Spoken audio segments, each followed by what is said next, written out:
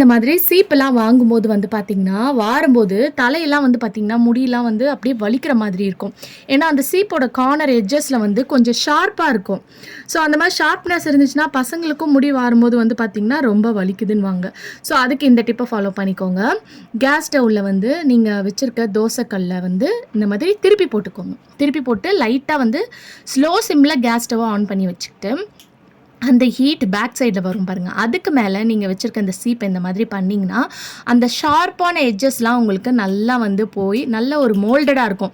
So அந்த மாதிரி மோல்டடாக இருந்துச்சுன்னா உங்களுக்கு வந்து நீங்கள் வாரும்போது வலிக்காது. ஸோ கண்டிப்பாக ட்ரை பண்ணி பாருங்கள்.